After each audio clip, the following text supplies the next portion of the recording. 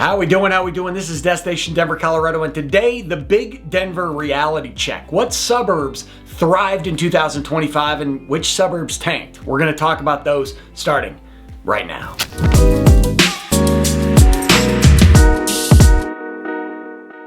All right, this is Destination Denver, Colorado. I'm your host, Jim Mavericks. Listen, there are two things we try to do here. One, we talk all things eating, living, breathing, experiencing the Denver Metro, the Colorado Front Range, and as a licensed mortgage broker covering the entire state of Colorado and team with some of the state's most talented realtors, I'm helping people like you move here each and every day. So the number and email you see on your screen, know that I am always the person, answer your phone calls, answer your texts, answer your emails, there when and if you need me. Now that we're done with that fun-filled stuff, and as we reflect upon 2025, let's talk about the big Denver reality check.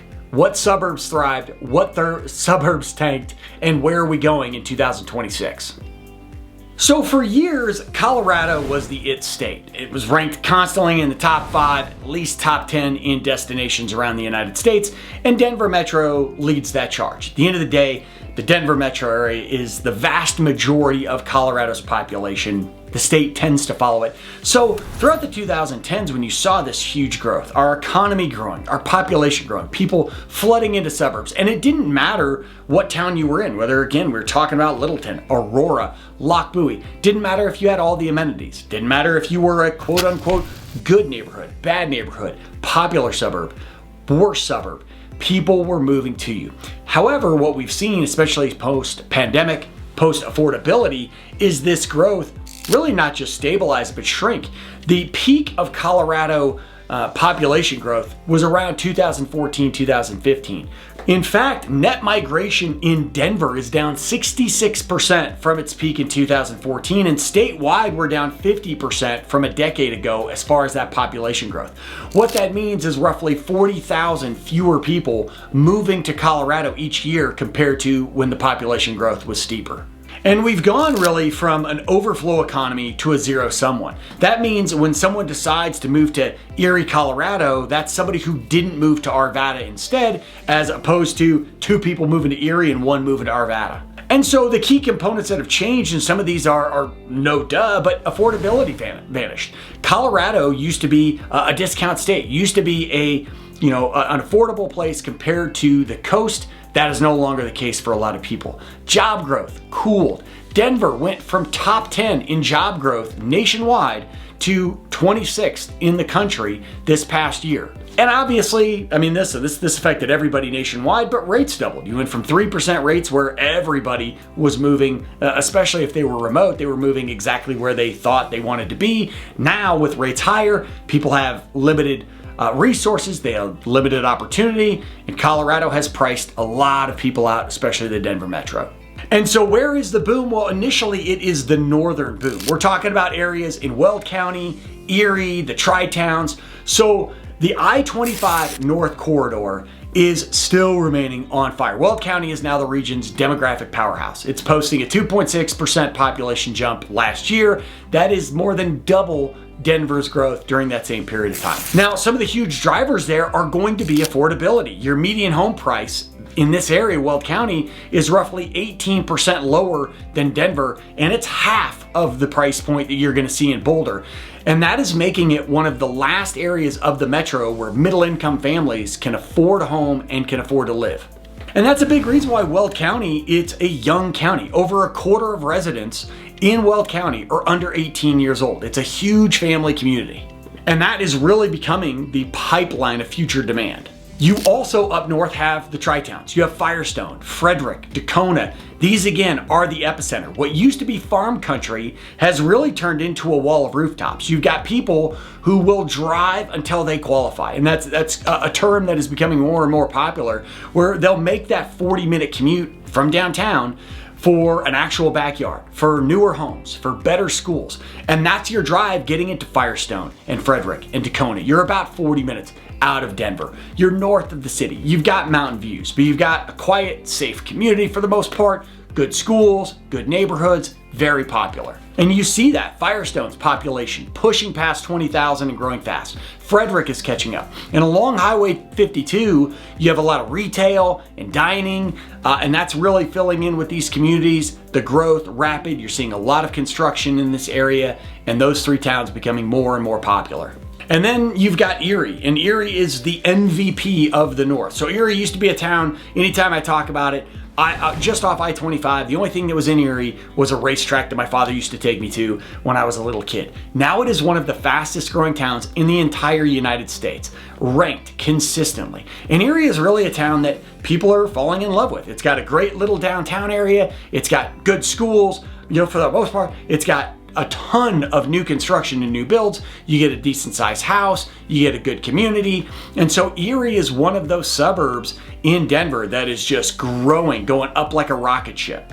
And Erie is this perfect middle ground for a lot of people who they don't want to afford or can't afford Boulder. They don't want to go all the way out to Brighton, and Erie is right in the middle for them. Some of the popular neighborhoods there, Westerly, Collier's Hill, these are really leading the charge. These are master planned, amenity loaded. They're designed for families who want space and community. And then you have the new Waypoint Amenity Center. That's 6,000 square feet of pure lifestyle. And this is a perfect example of why Erie is winning. And then again, as I mentioned, you add in this revitalized Old Town Erie, Main Street, just a cool strip where you got your coffee shops, your restaurants, people moving around, families doing their thing. It's just a joy to be around, and it's fun to be in Erie. Also seeing a lot of promise south of Denver is Douglas County. We could call it the Southern Titans, if you will. And when we talk about Weld County winning on price, Douglas County is winning on lifestyle. That is what they have leaned into, especially coming off of the pandemic. And that is why a lot of people are making the decision to go to Douglas County. It's a lifestyle, not a price point decision necessarily. So the county grew 2.3% in 2025, and that's powered by people that are trading city chaos for space, safety, and scenery. Among the leaders there, you've got Castle Rock, located roughly 45 minutes south of Denver. And Castle Rock has fully evolved from this outlet mall, that's really the only reason you went to Castle Rock when I was a kid, into this self-sufficient city. You've got projects like Dawson's Trail, you got nearly 6,000 homes, 3 million square feet of commercial space, and this is essentially building a new city in the city itself. And think about this, in a time where you see empty storefronts all over the place, retail vacancy in Castle Rock sat at 2% for the majority of this year. That is insane when you think about the struggles a lot of retailers have had. And these retailers, they're following rooftops. So the big thing about Castle Rock used to be that you had to stick on I-25. Well, as the city expands, you're seeing a lot of people who can exist, they can enjoy Castle Rock, and they never have to deal with I-25 the way they might have at a certain point. In other hits in Douglas County, you've got Parker to the southeast of Denver, one of the most popular suburbs in all of the Denver metro. It remains a family stronghold, top schools, a charming downtown area, a community that really takes its infrastructure seriously. You've got great roads. You've got downtown Main Street, you've got O'Brien Park, you've got a ton of events in the community. People who move to Parker tend to give it very good ratings when they're asked about it, and they're asked to fill out surveys. So Parker continues to be a growing dynamic. And then you have kind of an outlier here, and that's Sterling Ranch, which is located south of Chatfield Reservoir. It's South Littleton, unincorporated Littleton, if you will, and still in Douglas County. So Sterling Ranch is this new build community. It's a good drive to Denver, so it's certainly an acquired taste. People either love it or they feel like it's too far out. But Sterling Ranch is built for the next generation of buyers. It's smart home tech, it's sustainability, it's water conservation, and it's a design that actually feels thought out. Like it's a community where they really put some things together. Now, it's not a finished project by any means. A lot of the amenities and a lot of the things that they want to build to keep people there are not completed yet. But Sterling Ranch rapidly becoming one of those popular communities to the south, and again, giving people that lifestyle factor. And then wrapping up the growth, you've got some communities on the east side of town. You've got the Eastern Front, that's Commerce City, and parts of Aurora. So Commerce City kind of looks like this boomtown on paper. It's up 12.5% in population since 2020. So it's seen massive growth. But that number really hides two different communities. So you've got north of I-76, where we're talking about areas like Reunion, Sky Ranch, and these other new communities that are filled with young, diverse families. I mean, the median age is around 34 years old. Almost half of that is Hispanic. You got a ton of first-time home buyers. So just a ton of diversity, a ton of young families growing. Again, not that you have to be a family to live in these areas by any means, but just very popular for that. And that is, again, north of I-76. Then you've got south of I-76, where it's still really industrial. It's still gritty. It still has that smell of whether it's the oil or whether it's the Purina factory in certain areas south of I-76. So Commerce City is still these two distinct areas. And then there is Aurora, which Aurora is obviously a massive suburb. I mean, it stretches north of Denver, south of Denver. All east of Denver is Aurora. So tough to say. It is the third largest city in the state of Colorado, and it's one of the most complicated because it's huge and it's diverse. So you have pockets of Aurora, such as South Shore, Southeast Aurora, growing rapidly, and certain areas that are closer to downtown Denver that are seeing people retract. They're seeing people move out. And why? Because that's usually where you get the headlines. That's usually where you hear the bad reputation. And then you get the headlines that spooks some people off. So even parts of Aurora are seeing this shift where people are leaving perhaps more dense areas, getting farther and farther out into the suburbs of Aurora. And so talking about areas that are seeing a decline, you're seeing the inner circle. And this is, again, not to say that it's not just entire suburbs. Sometimes it's areas specific within a suburb. So I use Westminster as a cautionary tale. The population of Westminster as a whole is down 2.5%, and that's driven by three pretty brutal forces. You've got the retail apocalypse in Westminster. Not that it only impacts Westminster. That's years of Westminster depending on malls and big boxes for tax revenue. You had Party City, you had Big Lots, you had American Freight. All of those are gone. And so you have these empty shells where this huge tax base used to be.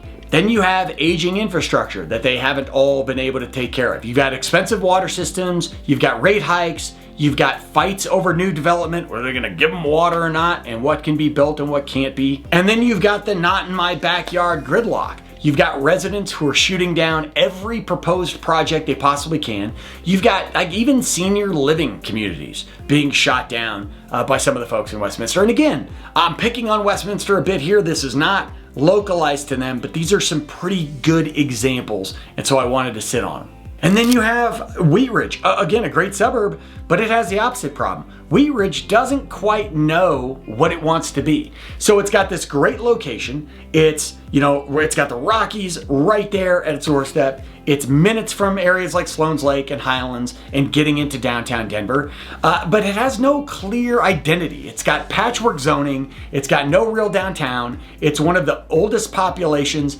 in the metro area. And as residents age in place, household sizes shrink, which technically means population decline, even if the same numbers of houses are occupied. I mean, people just stay in place until, unfortunately, they pass. So your population slowly declines as your house size shrinks. And then there's some smaller players, smaller towns, areas, Federal Heights, north of Denver, Sheridan, just outside of Denver. Federal Heights is down roughly 0.7%.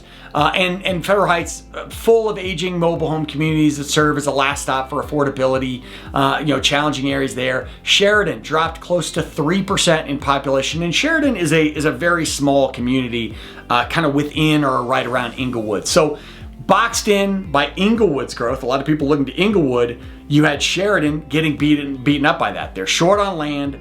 They're really running out of ways to reinvent itself. So Sheridan had that decline. So what's the takeaway here? Where are people really going? Well, as we talked about, the outer rim, people are getting farther from Denver, going to Weld County, going to Douglas County, East Adams County. These are exploding with families and land and new construction.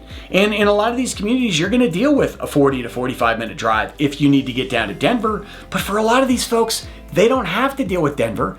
They don't want to get to Denver very often, so they don't care about a long commute to it. They are about quality of life. Then again, you have the mid-ring. You've got places like Parker, Centennial, Highlands Ranch. These are stable, they're expensive, but they're well run. And you know what you're going to get, and you know, at least for a prolonged period of time, how sustainable those communities are. And then you've got the inner ring. You've got Westminster, Wheat Ridge, Federal Heights, Lakewood to some extent. These are shrinking. They're fighting retail pullback. They're fighting infrastructure fatigue and failure. That's what these inner communities or closer to Denver communities are dealing with. And infrastructure is going to be a huge issue for the Denver Metro. Again, especially as you get into these aging communities, that is a problem that is not going away. And as far as the interior, kind of the heart of Denver right now, the city core is young. It's renter heavy, and it's dealing with this affordability gridlock. There's not a lot of people moving around because they can only afford to kind of stay where they are. So I would predict, and I think a lot of analysts say the same thing, by 2030, Denver's growth map will look kind of like a donut. You'll have a stagnant center. It'll be surrounded by this fast-growing and self-sufficient outer suburbs where people only go to Denver when they need to. And I think overall, one of the unwritten or untalked about things is the fact that water will decide the winners. Cities that can secure renewable water rights like Castle Rock and Erie, they will keep growing. Those with legacy systems and rate hikes, like your Westminster, they're going to fall behind. If you don't have water, you can't build homes. Retail strategy will separate the smart from the stuck. You have towns building walkable, experience-laden trails, retails. You got areas like Castle Rock and Parker where you want to be there, you want to experience it. Those are going to thrive. Cities who rely on strip malls for tax revenue, not doing so well. And the lock-in effect of existing home sellers, that's going to be a tricky part as well. So that is the real story of 2025. That Denver, the boom of Denver didn't end, it just shifted its focal point. So there you have it. Talking about Denver, has it jumped the shark as a whole? No. The areas that people really want to spend their time in, that they want to bring their families to, that they want to, move to single with a couple, you name it, they're shifting. And what people are willing to deal with, especially if they don't have to be in downtown Denver, is a longer distance from being in downtown Denver. And we're seeing some suburbs are sprinting into the future and they can't get there fast enough. Others, a little stuck in the mud, trying to reinvent themselves. We'll see how well that goes for them. In the meantime, I hope all of you have an amazing holiday. May 2026 bring you anything and everything you ever possibly want. This has been Denver's Big Reality Check. What suburbs are thriving and which ones are tanking? This is Destination Denver, Colorado. I'm your host, Jim Everett. Till I see you next time. Peace.